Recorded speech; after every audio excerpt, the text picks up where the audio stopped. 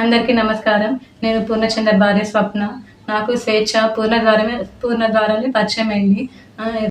Relation ఉందని నాకు అసలు తెలియదు. ఈ రిలేషన్ గురించి కూడా నాకు తెలిసింది స్వేచ్ఛ ద్వారానే. తను నాకు ఫోటో పెట్టడం ద్వారా తెలిసింది. నేను పూర్ణని అడిగాను ఏంటిది అని చెప్పేసి అడిగితే చెప్పాడు. చెప్పినాక నాకు అనేది గొడవలు స్టార్ట్ అయింది. అక్కడ నాకు ఇంకా తెలిసింది ఏంటంటే అక్కడ కూడా తనతో గొడవలు ఉంటున్నాయి అని చెప్పేసి అంటే ఇంకా నేను ఆయన ఎందుకు ప్రెషరైజ్ చేయాలి అని చెప్పేసి నేను ఆయనను వదిలేశాను. ఇంకా నేను ఎందుకు ఇప్పుడు మీడియా ముందుకు వచ్చానంటే అరణ్య ఆయన మీద చేసిన ఆరోపణలు చూసి నేను తట్టుకోలేక నేను ముందుకు వచ్చాను. నేను మీడియా ముందుకు ఎందుకు వచ్చానంటే ఇప్పుడు స్వేచ్ఛ కూతురు అరణ్య మా ఆయన మీద నిందలు వేస్తుంది.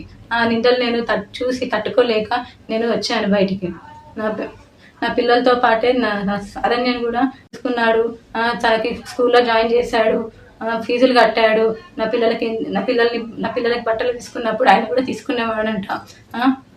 నేను నీ కన్న తండ్రి కూడా వదిలేసి వెళ్ళిపోయిండు. వెళ్ళిపోతే కూడా పూర్ణ ఆ స్థానం తీసుకున్నాడు. కన్న తండ్రి కన్నా ఎక్కువనే చూసుకున్నాడు. నా కూతురు ఎలా అయితే చూసుకున్నాడో నిన్ను కూడా అలానే చూసుకున్నాడు అరణ్య. కానీ నువ్వు ఇలాంటి నిందలు వేయడం కరెక్ట్ కాదు.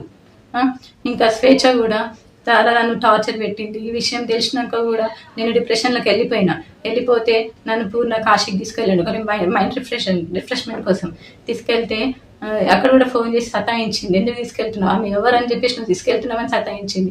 ఆయన ఫోన్ లిఫ్ట్ చేయకపోతే నా ఫోన్కి చేసి సతాయించింది. అసలు ఎక్కడికి తీసుకెళ్ళినా, ఫంక్షన్కి వెళ్ళినా, ఎక్కడున్నా కూడా నువ్వెందుకు ఆమెతో ఉంటున్నావు, నా దగ్గరకు వచ్చేసాయి అని చెప్పేసి చాలా బ్లాక్మెయిల్ చేసింది. ఎప్పుడు చూడండి స్లీపింగ్ పిల్స్ మింగడము. నాకు ఆడపిల్ల ఉంది.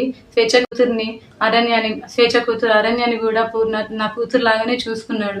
నాకు తెలియకుండా పిల్లలని ఆమె దగ్గరికి తీసుకొని వెళ్ళి ఆడిపిస్తుంటే వచ్చేవాడు. తర్వాత నాకు నా పిల్లలు చెప్పారనమాట, అమ్మ ఒక అక్క దగ్గరికి వెళ్ళి ఆడుకుంటున్నాను, ఒక ఆంటీ ఉన్నది, ఒక ఆంటీ నన్ను అమ్మ అని పిలవమని చెప్పింది అని చెప్పేసి నా కూతురు చెప్పింది. నా కూతురు చెప్తే నాకు తెలిసింది. ఇంకా అప్పుడు నాకు తెలియదు తన వెనకాల ఎవరుండి చెప్పిస్తున్నారో కూడా నాకు తెలీదు. కానీ ఇవన్నీ చేయొద్దు అరణ్య నువ్వు. మా ఆయన మీద నాకు నమ్మకం ఉంది. ఆయన అంత చెడ్డ మనిషి కానే కాదు. ఇంత చేరదీసిండు అరణ్య.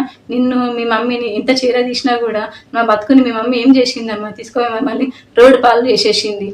ఇప్పుడు నా జీవితము ఏంటి, నా పిల్లల భవిష్యత్తు ఏంటి అరణ్య. నాకు కోర్టు మీద నమ్మకం ఉంది. మా ఆయన నిర్దోషి. నేను ఆయన ఎలాగైనా కాపాడుకుంటాను.